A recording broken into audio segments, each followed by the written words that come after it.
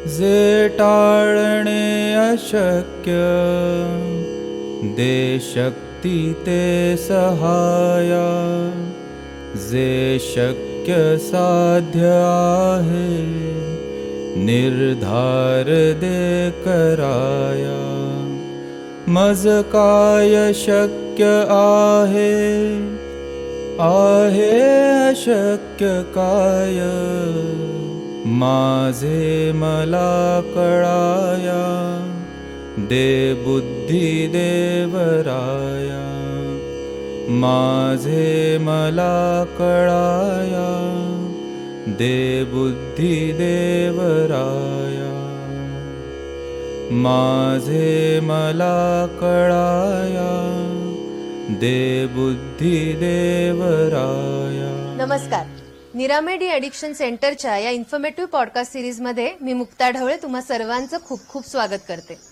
आजचा आपला चर्चेचा विषय आहे की व्यसनाधीन व्यक्तींच्या मुलांवर काय काय परिणाम होतात. या चर्चेसाठी आपल्यासोबत आहेत Vaishali Joshi madam. Welcome madam. नमस्कार. मॅडम, मी आता म्हणलं तसं की मुलांवर काय काय परिणाम होतात.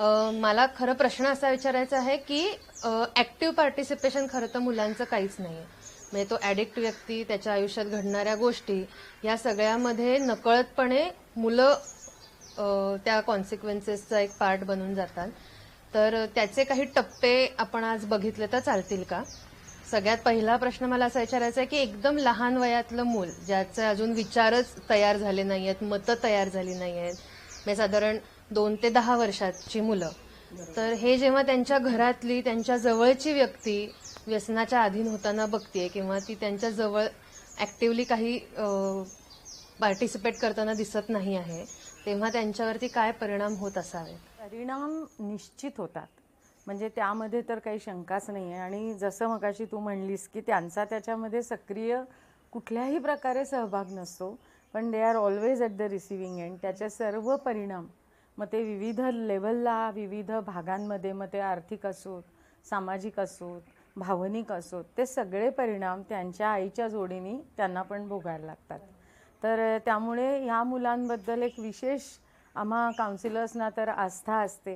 कारण स्पेशली जसं तू सुरुवातीला म्हणलीस की अगदी लहान वयामध्ये, म्हणजे साधारण 2-3 वर्षांपासून ते त्यांचं टीनेज येण्यापूर्वीचा जो काळ असतो, तो काळ एकतर असा असतो की त्यांना खरं तर नीटचं घरामध्ये काय चाललं आहे हे कळतच नाही. एवढं हळूहळू कळायला लागतं की नॉर्मल आपले मित्र, आपले भावंड, नातेवाईक ह्यांच्यापेक्षा आपल्या घरात काहीतरी वेगळं चाललं आहे. कारण खूप अचानक घरामध्ये भांडणं सुरू होतात. भांडणं झाली तर ती साधी न होता ती टोकाची होतात.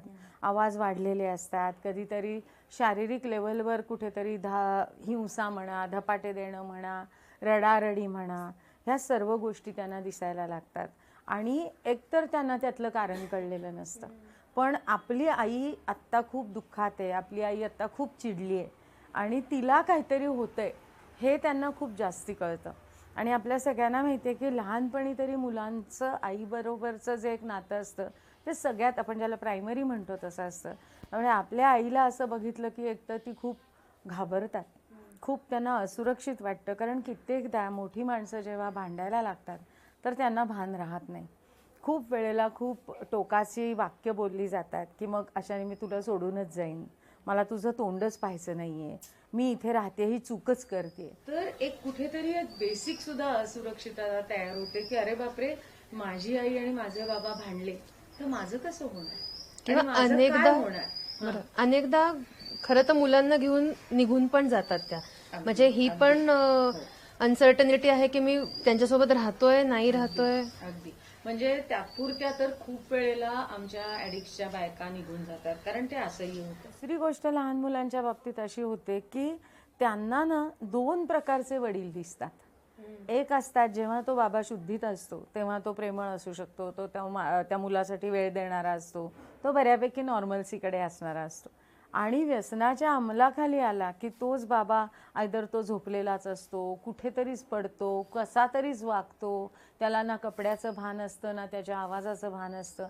मग हे जे एक कन्फ्युजन आहे ना की हा खरा बाबा का हा खरा बाबा, ह्याच्यामध्ये सुद्धा म्हणजे आणि प्रत्येक मुलाची ना त्याची त्याची अशी एक आपली आपली मानसिकता असते, त्याच्या घरातली परिस्थिती असते. तर मुलांवर ना तो कसा आणि किती खोलवर परिणाम होईल ह्याचं पण काही सांगता येत नाही किंवा त्याला एक सारखं मापन पण करता येत नाही.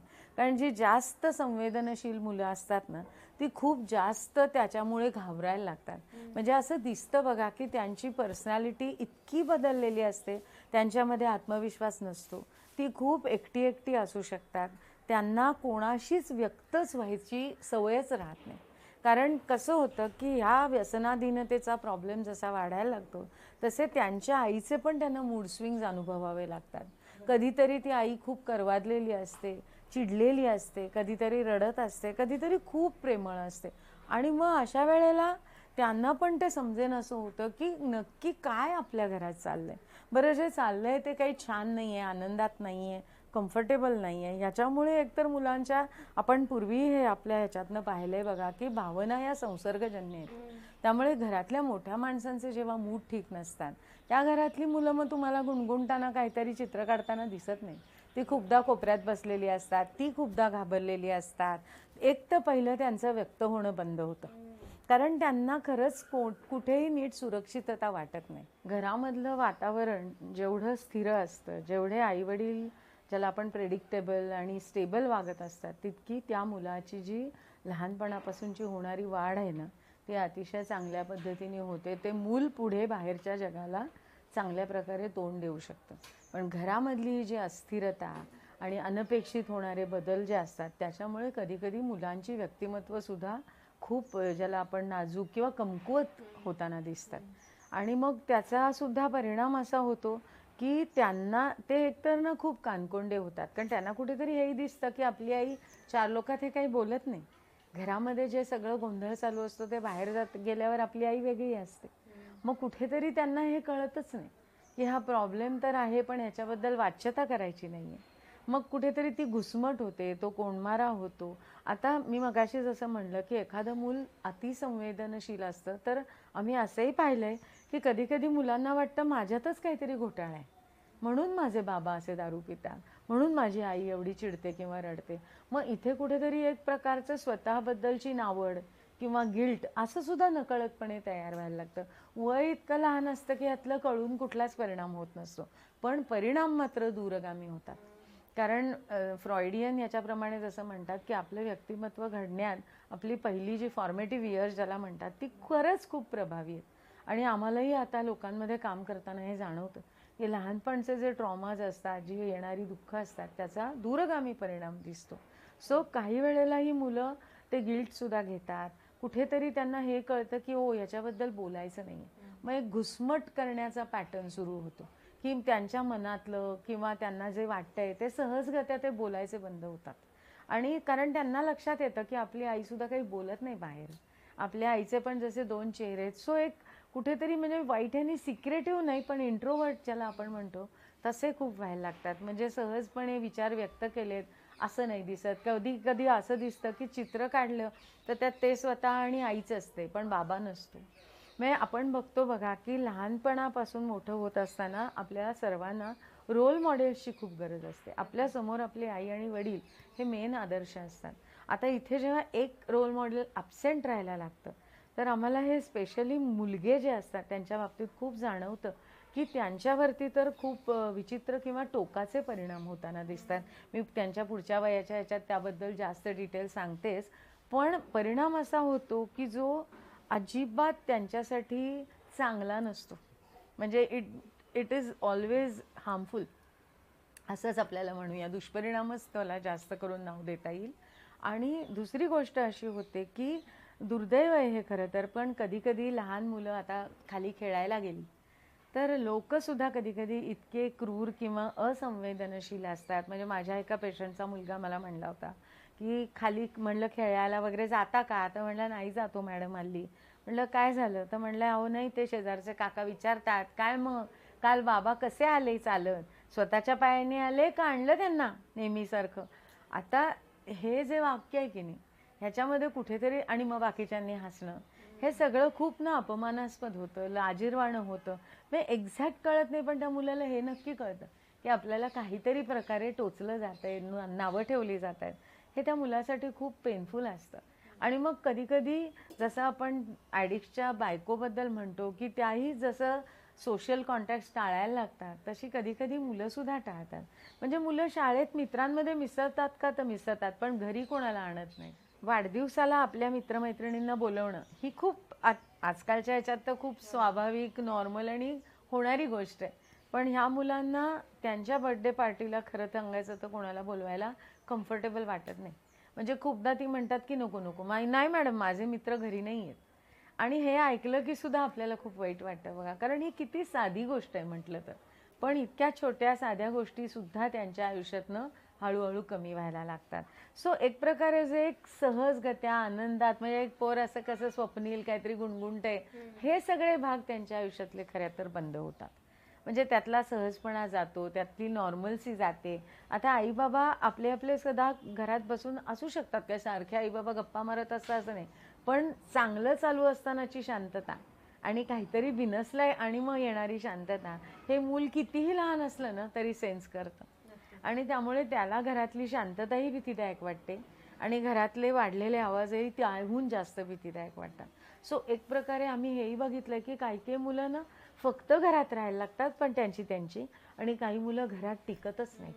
म्हणजे हे मी म्हणलं तसं त्या मुलाच्या वैयक्तिक स्वभावानुसार किंवा त्याच्या व्यक्तिमत्वानुसार होतं, पण दोन टोकं त्यातही दिसतात. आणि मग पुढे जसं आपण बघतो तर स्पेशली ज्याला आपण एक 12 नंतरचं वय म्हणतो की ज्याच्यात की ज्याच्यामध्ये तू मगाशी म्हणलीस असं त्यांना त्यांच्या आवडीनिवडी, त्यांचे विचार हे थोडं थोडं सुरू झालेलं असतं.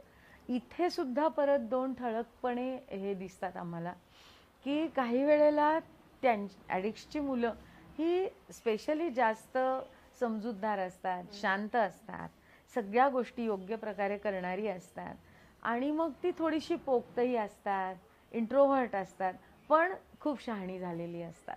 कारण कुठेतरी त्यांना त्यांच्या आईबद्दल वाटणारी काळजी, कुठेतरी आईचं प्रेम, कारण आई पण 10 वेळा म्हणते तू नको तसा होऊस, तू नकोस आता मला त्रास देऊ, ही वाक्य त्यांनी ऐकलेली असतात. मग ती जास्तीत जास्त गुणी आणि शहाणी होण्याचा एक त्यांचा प्रयत्न दिसतो.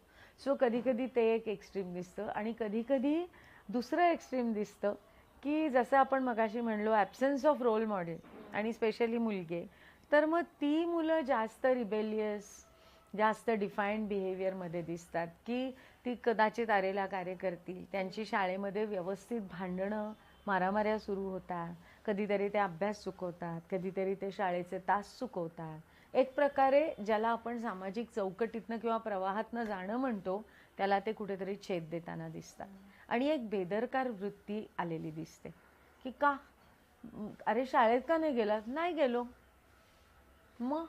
म्हणजे कुठेतरी मग हळूहळू त्या आईला आणखीनच हताश आणि हतबल वाटायला लागतं, कारण तिला तो इतका घोर लागतो की नवरा तर हातातनं गेलाच आहे आणि आता हे पोर माझ्या हातातनं जात आहे का काय.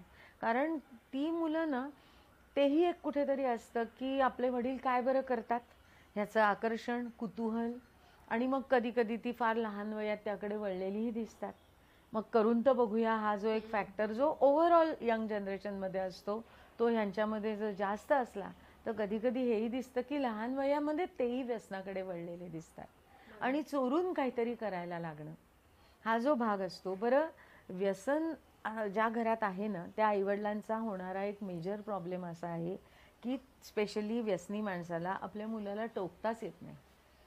कारण म्हणजे अरे तू हे असं वागूच कसं शकतोस, हे नॉर्मल आईवडील जितक्या ह्यांनी रागवतात ते मूल वळून म्हणू शकेल की ओ तुम्ही मला रागवणारे कोण, ही कुठेतरी जाणीव त्या व्यसनी माणसाला असते. सो तो तिथे हतबल असतो की डोळ्यादेखत कधी कधी मूल बिघडताना दिसतं, जाणवतं, पण त्या बाबतीत त्याला काही करता येत नाही. आणि मग मूल कधी कधी जेव्हा मी म्हणलं तसं जर डिफायंट किंवा रिबेलियस टाईप असतं तर ते मूल आईलाही सुनावतं की बाबा करतात तर मी का नको करू. म्हणजे हा इतका दुर्दैवानी पण असाही दिसणारा परिणाम आहे.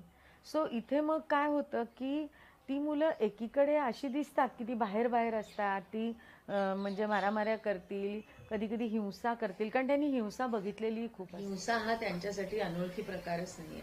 आणि खूप वेळेला हिंसा हा शब्द आपण शारीरिकशी जोडतो, पण अशा घरांमध्ये मानसिक लेवललाही हिंसा खूप होत असते.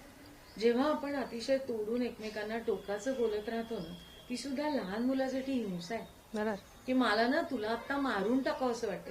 हे त्या मुलासाठी ऍक्च्युअल आपल्या आईला आता हे बाबा मारतायत की काय हे वाटण्या इतकी भीती त्या मुलांनी अनुभवलेली असते. पण मग काय होतं की रोजमरे त्याला कोण रडे, ती एक प्रकारची अशी कोडगी म्हणा, जाड कातडी म्हणा, म्हणजे त्यांना ते किती वाईट आहे किंवा ते आयुष्यात नको हे कुठे कळतं, कारण त्यांच्या ते परिचयाच आहे. सो हा पण एक त्याच्यामध्ये भाग येतो की कुठेतरी त्याच्या नकळत ते मूल मारामाऱ्या करतो, त्याच्या नकळत ते मूल शिक्षक रागवले तर कुठेतरी असं एक बेडरपणा त्यांच्यात आलेला असतो. कारण त्यांनी ना दुर्दैवाने आपल्या वडिलांना खोटं बोलताना ऐकलेलं असतं, लपवालपी करताना ऐकलेलं असतं, कधी छोट्या मोठ्या लेवलला चोरी करताना पाहिलेलं असतं. म्हणजेच कुठेतरी तो जो मूल्यांचा अभाव दिसतो रोल मॉडेल मधला, तो त्यांच्यामध्ये पण उतरलेला असतो. आणि आया सांगायचा प्रयत्न खूप करत असतात, पण मी म्हणलं तसं त्याही हतबल असतात. कारण भारतीय समाजामध्ये कुटुंब ही गोष्ट इतकी घट्ट आणि रोवलेली आहे की फार क्वचित आपल्याला असं दिसतं की ती स्त्री ते कुटुंब मोडण्याकडे नेते. खूप वेळेला हे दिसतं की रडत खडत पण तसे संसार चालू राहतात. मग इथे त्या मुलाला वारंवार हेच अनुभव आणि हेच वातावरण असतं. सो हा जो परिणाम होणारा असतो ना, हा तर कधी कधी आम्हाला तर भीतीदायक वाटतो. कारण अशा वयात जर ते मूल व्यसनी पण झालं तर त्याला त्याच्या रस्त्यावरनं परत आणून त्याला एका नॉर्मल योग्य सामाजिक पठडीमध्ये घालणं हा खरंच खूप मोठा चॅलेंज राहतो. कारण त्यांनी उद्या जर आम्हाला जसा आईला विचारला प्रश्न तसा आम्हालाही जर विचारला की मॅडम आमचे वडीलच जर असे करतात तर आम्ही का नाही करायचं, तर याला खरोखरीच त्या मुलाला तितकी समज आल्यानंतरच आपण हे शिकू शकू की अरे आयुष्य तुझं वाया जातंय आणि तुझ्यासाठी हे चांगलं नाही. कारण त्यावेळेला खूपदा टीनेज असंही अवघड असतं जिथे कायम नॉर्मल घरांमधनं सुद्धा अरेला कारे आणि डिफाईन्ड बिहेवियर दिसतं. तिथे या टाईपच्या ह्याच्यामध्ये मी म्हणलं तसं प्रेडिक्टेबिलिटी, स्टॅबिलिटी, एक सातत्य हे आईवडिलांमध्ये दिसत नसल्यामुळे खूप वेळेला मुलांना ते त्याचं महत्व कळतच नाही ना. कारण त्यांनी हेच पाहिलंय, मध्येच आई उठते कुठेतरी 4 दिवस निघून जाते, मध्येच आई उठते आपल्यालाही घेते. म्हणजे माझ्या एका पेशंटची मुलगी तेच म्हणली की मॅडम माझ्याकडे ना असा एक मित्रमैत्रिणींचा ठरलेला ग्रुप नाहीये. कारण 4थी पर्यंत मी माझ्या म्हणजे ती पुण्यात होती, मग तिचं आईचं माहेर मुंबईत असल्यामुळे तिने बाकीचं सगळं शिक्षण तिकडे केलं. सो ती म्हणली इतका फरक म्हणजे 2 गावं, मग ते मित्रमैत्रिणी. सो असं मला एक पक्क हे काही सांगताच येत नाही की ही भाषा मला कम्फर्टेबल वाटते किंवा या टाईपचं कल्चर कम्फर्टेबल वाटतं किंवा हे माझे मित्रमैत्रिणी आहेत. कारण त्यांच्या आयुष्यात अगेन कितीतरी वेळेला हेही दिसतं की ते आईवडील भावनिक इतक्या चढ उतारात जात असतात की मुलांशी बोलणं, मुलांना परिस्थिती समजावून सांगणं, आपल्या घरात कुठला प्रॉब्लेम आहे हे सांगणं यांनी सुद्धा कदाचित खरं तर फरक पडेल. पण अशा प्रकारचं प्रशिक्षण ना आपल्या घरातल्या लोकांना सामाजिक लेवलला दिलं जातं ना शाळेत दिलं जातं. सो कधी कधी जरी आई व्यसन करत नसली तरी ती इतकी गांजलेली असते तिच्या प्रॉब्लेम्सनी की तिला हे लक्षात येत नाही की आपण ह्याच्यामध्ये काहीतरी बदल घडवू शकू. मग ते मूल जसं त्याला जसं योग्य वाटेल, जसं समजेल, उमजेल तसं ते वाढत जातं. पण मी म्हणलं तसं परिणाम हे दोन्ही प्रकारे असतात, ते दूरगामी दिसतात.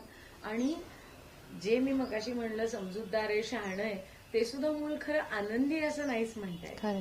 तेही मूल खूप ओझं घेणारच होतं. ऍडजस्टमेंट लेवलला कारण ते एक प्रकारे त्याच्या आईच्या येणाऱ्या सर्व अडचणी, तिचे ताण हे शेअर करत असतात. आणि त्यामुळे ज्याला आपण त्या वयात आल्यावर एक ब्लूमिंग म्हणतो, उमळणं म्हणतो, फुलणं म्हणतो, ते नैसर्गिकरित्या त्यांचंही दिसतच नाही. मग ते शहाणे आहेत का आहेत, ते योग्य मार्गाला लागलेत का लागलेत, पण मग ते आनंदी आहेत का, नॉट नेसेसरीली. ते असे मजेत आहेत का किंवा कम्फर्टेबल केअरफ्री कधीतरी तरी करू शकतात का, जगणं अवघड जातं मग त्यांना. त्यामुळे एक असे ओझ्यानी वाकलेले आणि एक नाही तर करा काय करायचं ते, मी असाच वागणार, अशी 2 कुठेतरी टोकं दिसतात. आता ह्या प्रॉब्लेमचं जसं ऍडिक्शन मध्ये त्या प्रॉब्लेमचं वैशिष्ट्य आहे की ह्याला सामाजिक मान्यता नाही, याला सामाजिक कुठेतरी एक प्रकारची मान्यता सोडा समजून घेण्याच्या लेवलला पण समाज आलेला नाही. मग त्यामुळे काय होतं की घुसमट, कोंडमारा, कुठेतरी होणारं दुःख, हेल्पलेसनेस, हा सगळ्याच्या जोडीने ना हे माझ्याच वाट्याला का, हा भाग सतत त्या मुलांच्या मनात येतो की इतर घरांसारखं माझ्या घरात का नाहीये संवाद, मी का नाही माझ्या वडिलांशी जशी इतर मुलं जाऊन काहीतरी प्रश्न विचारतात तसं बोलू शकेल. सो त्यांच्या प्रश्नांना ना उत्तरच मिळत नाही. बरोबर. आणि मग कुठेतरी म्हणजे आयदर ते मूल त्याबद्दलची खुन्नस किंवा राग धरतं, किंवा कुठेतरी मी मगाशी म्हणलं तसं एक अपराधी भावना येतं, किंवा आपल्यातच काहीतरी घोटाळा आहे, किंवा आपण ना पुरेसे चांगले नाही आहोत की आपल्या आईवडिलांचं आपल्याकडे तेवढं लक्ष किंवा प्रेम नाही. सो असं दोन्ही ज्या फॅक्ट बेस्ड नाहीच आहेत त्यांच्या मनातल्या कल्पना, ते त्यांच्या त्यांच्या पद्धतीने त्यांनी समजून घेतलेलं आयुष्य आहे, ज्या दोन्ही फारशा त्या मुलाच्या पर्सनॅलिटीसाठी फार तारक नाही आहेत. मग असं आहे की ते ऍडिक्ट्सना कधीतरी खूप नीट समजत असतं. सो ते खूप एक प्रकारे प्रॉमिस देतात, सॉरी म्हणतात, खूप काही आश्वासनं देऊन नाही आता परत नाही होत असं करणार आणि वगैरे वगैरे असं सगळं खूप छान होतं. पण परत 2 दिवस 4 दिवस गेले की ये रे माझ्या मागे, की त्यांना सुद्धा एक प्रकारे ना कशातच विश्वास ठेवावा, म्हणजे आपण ज्याला श्रद्धास्थानं म्हणतो, मग त्या व्हॅल्यूज असतील, व्यक्ती असतील, काही संकल्पना असतील, तर त्यांची पण ती श्रद्धास्थानं हालायला लागतात. मग त्यांना वाटतं कशातच काही अर्थ नाही. सो अशी सुद्धा कुठेतरी त्यांच्या एक प्रकारे भावना व्हायला लागतात. आणि मग काय होतं की त्यांना त्यांच्या आयुष्यामध्ये व्हॅल्यूजनी जगायचंय हा भाग कुठेतरी मिसिंग व्हायला लागतो. सो काही कारण नसताना ज्याला आपण भरडलं जाणं म्हणतो, तशी कायम व्यसनाधीन व्यक्तींची मुलं ही रिसिव्हिंग एंडला असतात, विच इज व्हेरी अनफॉर्च्युनेट. आणि मी म्हणलं तसं ना तो त्यांना प्रश्न मांडता येतो, ना त्यांना त्याबद्दल काही सहानुभूती मिळते, ना त्यांना त्याबद्दल काही वेगळ्या प्रकारचं शिक्षण मिळतं. आणि मग ते कुठेच बोलत नसल्यामुळे त्यांच्या त्यांच्या लेवलनी ते उत्तरं काढतात. मग ती कधी उत्तरं चुकतात आणि कधीतरी ती बरोबर येतात. राईट. मॅडम, आता तुम्ही म्हणलात की म्हणजे ह्यांची पर्सनॅलिटी फॉर्म होते, कशा पद्धतीने होत जाते, त्याच्यामध्ये लो सेल्फ इस्टीम किंवा लो सेल्फ कॉन्फिडन्स ह्या गोष्टी येतात, किंवा टीनेजमध्ये इमेज कॉन्शियस व्हायला लागतात की आता माझ्याकडे कसं बघणार, म्हणजे मित्रांना कितपत जवळ करायचं किंवा फक्त मित्रांनाच जवळ करायचं असंही होऊ शकतं. तर ह्या सगळ्या प्रवासातनं जाता जाता खरं तर ना आई त्यांना मिळते ना वडील त्यांना मिळतात, आणि मग स्वतःचे मार्ग स्वतःच शोधत चालले. तर कुठेतरी डिसिजन मेकिंगच्या त्यांच्या प्रोसेसमध्ये ते ह्यांना निग्लेक्ट करायला लागतात. असं होतं का की ते कन्सिडरच नाहीये की आई वडिलांचं मत किंवा त्यांच्याबद्दल त्यांना ह्या डिसिजनमध्ये इन करणं, ह्या गोष्टी कन्सिडरच होत नाहीत, असं होऊ शकतं का? या बाबतीत फार मजेशीर म्हणजे काय म्हणूया की सांगता येत नाही, एक प्रेडिक्टेबल पाथ दिसत नाही. जसं तू म्हणलीस तसं कधी कधी असं दिसतं की त्यांच्या आयुष्यात आई खूप म्हणजे सर्वात जास्त महत्वाची व्यक्ती असते. मग कुठेतरी परत जशी ऍडिक्टची व्यसनावर डिपेंडन्सी दिसते, तशी या मुलांची आईवर एक आंधळी श्रद्धा म्हणा, डिपेंडन्सी म्हणा, कारण त्यांच्या आयुष्यातला सर्वात स्थिर भाग किंवा व्यक्ती ती आहे. किंवा ज्याला त्यांनी प्रोटेक्ट करायला पाहिजे असं लहानपणापासून वाटतं. म्हणजे आई म्हणलं की एक वेगळ्या प्रकारचं एक सगळंच त्यांचं म्हणजे त्यामुळे आई सेंट्रिक होतं असं सुद्धा दिसतं, किंवा आईला दुखवायचंच नाही असं इतकं राहतं. किंवा दुर्दैवाने असंही होऊ शकतं की वडिलांबद्दल कधी कधी तुच्छता, अनादर, आणि मग वडिलांचा मान अपमान त्यांना वाटतच नाही आपण सांभाळावं. आणि जर आईकडेही परिपक्वता नसेल तर आई मुलं मिळून सुद्धा कधी कधी आमच्या ॲडिक्ट्स बरोबर बोलतात ना, ते खूप अपमानास्पद, कुठेतरी रिजेक्शनचं, किंवा त्यांना तू म्हणलीस तसं कन्सिडरच न करता जणू काही ते घर चालू आहे असं दिसतं, जे त्या व्यसनी माणसाला अजून एकदा व्यसनाकडे परत नेतं. सो इथे कसं होतं की आपल्याकडे संवादाची जी उणीव असते, की एक योग्य प्रकारे ॲडल्ट टू ॲडल्ट जर टॉक केला की अरे आपले बाबा वाईट नाही आहेत, आजारी आहेत, आणि आपण मिळून जर त्यांना मदत केली तर कदाचित काहीतरी फरक पडेल. किंवा आपल्या घरात प्रॉब्लेम आहे तर तू जास्त सक्षम, जास्त जबाबदार आणि जास्त डोळसपणे जर जगाकडे, स्वतःकडे, कुटुंबाकडे पाहिलंस तर कदाचित आपल्या आयुष्यातलं, कुटुंबातलं चित्र बदलेल. हे त्या मुलाला जर त्याचे असलेले प्रश्न जर एक चांगल्या प्रकारे उलगडून दाखवले ना, तर कदाचित ते मूल ते समजून घेऊ शकतं. म्हणजे कित्येकदा हे दिसतं की त्या आईला तिच्या भावनेच्या ह्याच्यात ती इतकी गुरफटलेली असते की ती वडिलांना म्हणजे आपल्या नवऱ्याला इतकं वाईट साईड, तुच्छतेने, तिरस्काराने बोलत राहते, उद्या ते मूल त्या वडिलांबद्दल काय बोलणार आहे, नाही का? त्यामुळे इथे मग कधी कधी काउन्सिलर्सचा रोल खरंच खूप महत्त्वाचा ठरतो. कारण जेव्हा त्या मुलांना म्हणजे आम्ही खूप कायम हा प्रयत्न करतो की रिहॅबिलिटेशन. त्यामुळे व्यसनी व्यक्तीला व्यसनातनं लांब करण्यापेक्षा त्याला परत एकदा त्याच्या कुटुंबामध्ये रुजवणं, त्याच्या बाहेरच्या कामामध्ये रुजवणं, जेणेकरून बाय चॉईस तो व्यसनापासून लांब जाईल. तर अशा वेळेला मग आम्ही नक्कीच आमच्या त्या मुलांबरोबर संवाद साधायचा प्रयत्न करतो. तो रेग्युलर बेसिसवर करतो. म्हणजे अशी उदाहरणं आहेत की आमच्या मॅडमनी आमच्या पेशंटला त्याचं ॲक्टिव्ह ॲडिक्शन होतं, मग तो आमच्या सेंटरमध्ये राहायला आला आणि मुलाची 10वी होती. तर त्या मुलाला आमच्या सेंटरमध्ये, आमचं सेंटर मोठं होतं, तर तिथे त्याला अभ्यास करायला आम्ही बोलवायचो.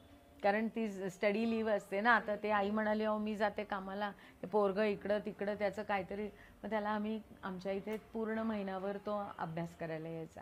कारण आम्हालाही माहिती आहे की ही मुलं, त्यांची काहीच चूक नसते आणि खूप भोगतात. तर त्यामुळे त्या मुलाशी बोलणं, कारण आजकालच्या जगात आपण बघतो बघा की संवाद हे त्या दृष्टीने खूप प्रभावी माध्यम आहे.